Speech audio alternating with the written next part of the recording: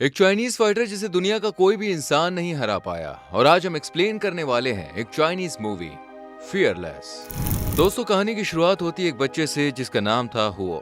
यहाँ हुओ अपने पिता को मार्शल आर्ट की क्लास लेते हुए देख रहा था। हुओ को मार्शल आर्ट काफी पसंद था, लेकिन अस्थमा होने की वजह से इसके पिता इसको मार्शल आर्ट की ट्रेनिंग नहीं देते हैं। हुओ का एक दोस्त भी था जो इसका होमवर्क कर देता था ताकि हुओ अपनी मार्शल ट्रेनिंग को टाइम दे सके, और हुओ मन लगाकर मार्शल आर्ट की ट्रेनिंग किया करता था। हुओ के पिता अपने टाउन में दूसरे माहिर मार्शल आर्ट खिलाड़ी माने जाते थे, और यहाँ पर एक खिलाड़ी उन्हें लड़ने के लिए चैलेंज करता है। ये भी एक मार्शल आर्ट प्लेयर था। हुओ इस फाइट को लेकर काफी खुश था क्योंकि वो जानता था कि उसके पिता ही जीतेंगे। और फिर फाइट शुरू होती है और हुओ के पिता बहुत अच्छा लड़ते हैं, लेकिन जैसे ही वो आखिरी वार करके जीतने वाले थे तभी वो अपने आप को रोक लेते हैं क्योंकि उनके इस वार से सामने वाले खिलाड़ी की जान जा सकती थी। ये देखकर ओपोनेंट फाइटर हुओ के पिता पर अटैक कर देता है और रूल्स को तोड़ता हुआ ये मैच जीत जाता है। हुओ अपने पिता को हारा हुआ देखकर काफी दुखी होता है, और तभी हुओ के पास ओपोनेंट फाइटर का बेटा आता है और उससे कहता है कि जिस तरह मेरे पिता ने तुम्हारे पिता को हराया, मैं भी तुम्हें इसी तरह हराऊंगा।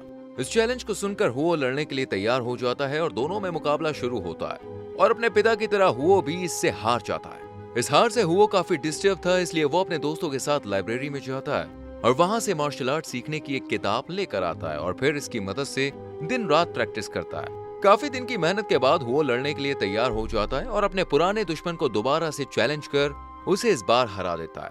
और यहाँ पर कहानी शिफ्ट होती है 7 साल बाद, जब अब हुओ काफी गबरू, जवान और हैंडसम हो गया था और इसके पिता की डेथ हो गई थी। साथ ही हुओ की वाइफ भी इस दुनिया से चल बसी थी, और बस हुओ के साथ इसकी एक छोटी सी बेटी थी जिसके साथ हुओ काफी अच्छा बिहेव करता था, उसे बहुत प्यार करता था और उसका बहुत ध्यान रखता था। हुओ अब एक माहिर फाइटर बन चुका था, हर कोई इसे पसंद करता था और कोई भी ओपोनेंट फाइटर इसे हरा नहीं सकता था। अपनी इसी काबिलियत को देखकर हुओ काफी घमंड में आ जाता है। अब ना तो ये अपने फादर के प्रिंसिपल्स को फॉलो करता है और ना ही अपनी बेटी के संग ज्यादा टाइम गुजारता है। देर रात ये पार्टीज करता है और खूब शराब पीता है। वहीं इसकी बेटी अकेली देर रात तक घर पर इसका इंतजार करती है, लेकिन हुओ को अपनी बेटी की भी कोई परवाह नहीं थी। अब हुओ पर अब काफी कर्जा भी हो गया था। वहीं हुओ का जो दोस्त था वो अब अपना एक खुद का रेस्टोरेंट चलाता था और वो काफी अमीर हो गया था। हुओ यहाँ पर आकर काफी शराब पीता था और अपने फॉलोअर्स को भी मुफ्त में खाने पीने को देता है। ये सब देखकर हुओ के दोस्त का असिस्टेंट उससे कहता है कि हुओ के ऊपर बहुत कर्जा है और उसने आपका भी कर्जा नहीं दिया है। ये सुनकर हुओ का दोस्त उसे समझाता है कि ये सब तुम्हारे साथ इसलिए है क्योंकि तुम उन्हें खाना पानी देते हो, जो कि सही नहीं है। ये सब सुनने के बाद भी हुओ को इसका कुछ असर नहीं होता और वो अपनी दुनिया में ही खोया रहता है। अगले दिन हुओ एक बेहतरीन फाइटर किन से मिलता है। शुरुआत में दोनों एक दूसरे से अच्छे से बात करते हैं, लेकिन फिर दोनों ही एक दूसरे से गुस्सा हो जाते हैं और हुओ किन के साथियों के साथ मारपीट करता है।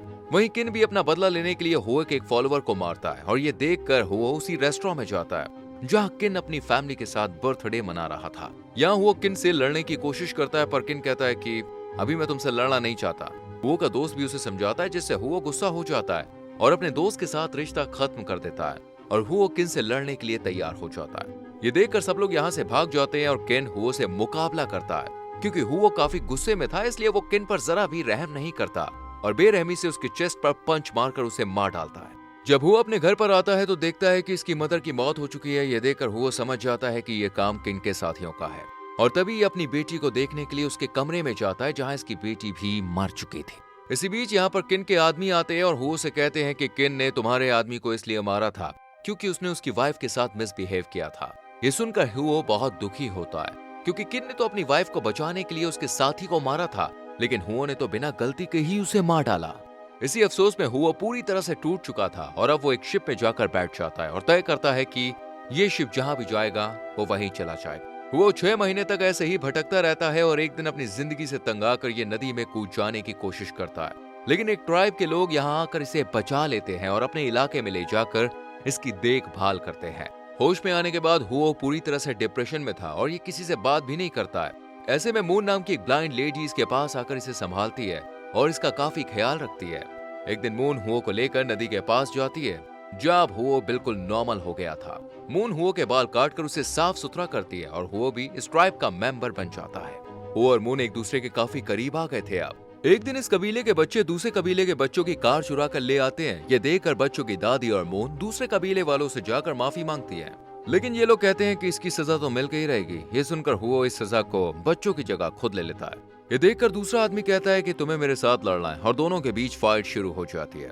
पहले तो हुओ सिर्फ अपना बचाव करता है और सामने वाले शख्स को नहीं मारता है, लेकिन जब यहाँ खड़ी दादी और लोग इसे लड़ने के लिए एनकरेज करते हैं तो हुओ उस पर वार कर उसे हरा देता है। लेकिन ये शख्स हुओ से गुस्सा नहीं होता बल्कि उसकी तारीफ करता है। अगले दिन हुओ मून और बच्चों के संग बैठा हुआ था, जहाँ बच्चे उसकी तारीफ करते हुए कहते हैं कि हमें भी मार्शल आर्ट की ट्रेनिंग दे दो। लेकिन हुओ उन्हें मना करता है क्योंकि वो जानता है कि कभी कभी पावर से भी नुकसान हो जाता है। हुओ चाहता है कि ये ट्राइब्स ऐसे ही शांति और सुकून भरा रहे।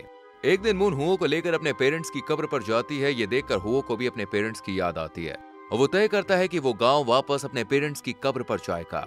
ये बात हुओ मून को भी बताता है। ये सुनकर मून बहुत खुश होती है और कहती है कि मैं तुम्हारा इंतजार करूंगी। गांव पूरी तरह से बदल चुका था। बहुत सारे देशों ने उस पर अटैक किया था और यहाँ की डायनेस्टी पूरी तरह से बर्बाद हो चुकी थी और अब यहाँ पर विदेशी लोग का बसेरा हो गया था, जिस वजह से यहाँ का कल्चर भी बदल चुका था। ये सब देखने के बाद हुओ अपने घर जाता है, जहाँ इसको अपने परिवार का सर्वेंट मिलता है, जो हुओ को देखकर काफी खुश होता है। इसके बाद हुओ अपने फादर की कब्र पर जाता है और उनसे माफी मांगता है। इस वक्त हुओ को समझ में आता है कि उसके फादर ने वो फाइट क्यों हारी, क्योंकि वो नहीं चाहते थे कि वो अपनी पावर की वजह से किसी की दुश्मनी मोल ले। ये सब उन्होंने अपनी फैमिली को बचाने के लिए किया था। साथ ही यहाँ हुओ को एक फाइटर के बारे में मालूम पड़ता है जो कि मार्शल आर्ट में काफी अच्छा है और उसने आज तक कोई भी मैच नहीं हारा है और ये फाइटर चाहता है कि कोई इसके साथ आकर मुकाबला करे। अखबार में ये खबर पढ़ने के बाद हुओ इसके साथ फाइट करने के लिए तैयार हो जाता है, लेकिन वहां जाने से पहले हुओ अपने दोस्त के पास जाकर उस दिन के लिए उससे माफी मांगता है। इसके बाद हुओ किन की फैमिली के पास जाकर उनसे भी माफी मांगता है। हुओ का दोस्त हुओ को पैसे देता है, जिसके बाद हुओ रेस क्लब में पहुंच जाता है। यहाँ पहुंचने के बाद हुओ कहता है कि वो लड़ना तो चाहता है लेकिन उसके मालिक से, और जो भी हारेगा वो इसे पर्सनली नहीं लेगा और ना ही एक दूसरे की इंसल्ट करेगा। और फिर लड़ाई शुरू हो जाती है। यहाँ हुओ अपनी काबिलियत से जीतता हुआ नजर आता है और तभी ओपोनेंट फाइटर इस वार से कीलों पर गिरने वाला होता है, लेकिन हुओ उसे अपने पैर से बचा लेता है, वरना अगर ये फाइटर इन पर गिरता तो इस फाइटर की जान भी जा सकती थी। हुओ की फाइटर दिलेरी को देखकर ये फाइटर भी अपनी हार कबूल कर लेता है और हुओ को जीत की मुबारकबाद देता है। हुओ दिन पर दिन लोगों के बीच में फेमस होता जाता है। हुओ का दोस्त बताता है कि हमने एक एथलीट एसोसिएशन बनाई है जिसमें चाइनीज स्टूडेंट्स को ट्रेनिंग दी जाती है और फिर हमें एक फॉरेन चेंबर दिखाया जाता है जो कि हुओ की पॉपुलैरिटी से नाखुश है। ये लोग चाहते थे कि हुओ चीनी लोग के बीच हीरो के रूप में ना माना जाए और हुओ से विदेशी खिलाड़ी भी कहीं हार ना जाएं। यहाँ बैठा एक आदमी कहता है कि मैं वादा करता हूँ कि मैं एक ऐसा खिलाड़ी लेकर आऊंगा जो हुओ को हरा देगा, और इस आदमी का नाम है मिस्टर मिटा।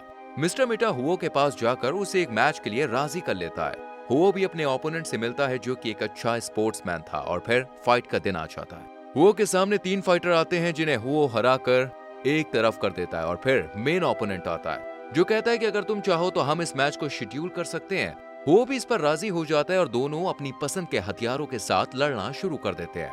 पहले राउंड में मुकाबला बराबरी का रहता है। सेकंड राउंड के दौरान मिस्टर मिटा हुओ के ड्रिंक में जहर मिला देता है, जिस वजह से लड़ाई करते वक्त हुओ को खून की उल्टी हो जाती है। ये देखकर ओपोनेंट फाइटर लड़ने से मना करता है, लेकिन हुओ चाहता था कि चाइनीज लोग के बीच विदेशी ताकत ना जीते, इसलिए वो लड़ाई जारी रखने के लिए कहता है। वो इसको भी वैसे ही पंच मारने वाला था जैसे उसने किन को मारकर उसकी हत्या कर दी थी, लेकिन किन को याद करते हुए वो इससे सबक लेता है और जानबूझकर इस पर वार न करके हार मान लेता है। ये देखकर ओपोनेंट फाइटर भी समझ जाता है कि इस वार से उसकी जान जा सकती थी, इसलिए वो हुओ को जिता देता है और खुद हार जाता है। आखिर में हुओ अपने दोस्त की बाहों में दम तोड़ देता है और इसकी रूह हमें मून के घर पर दिखाई देती है, जिसे मून महसूस कर सकती थी, और मून उसे आखिरी गुड बाय कहती है और यहीं पर कहानी खत्म हो जाती है। दोस्तों, आपको ये वीडियो कैसी लगी हमें कमेंट सेक्शन में जरूर बताएं। वीडियो को लाइक और शेयर करें और चैनल को सब्सक्राइब करें। अगर आपको मूवी का लिंक चाहिए तो हमारे टेलीग्राम चैनल को ज्वाइन कीजिएगा, जिसका लिंक आपको डिस्क्रिप्शन में मिल जाएगा। Thank you so much for watching.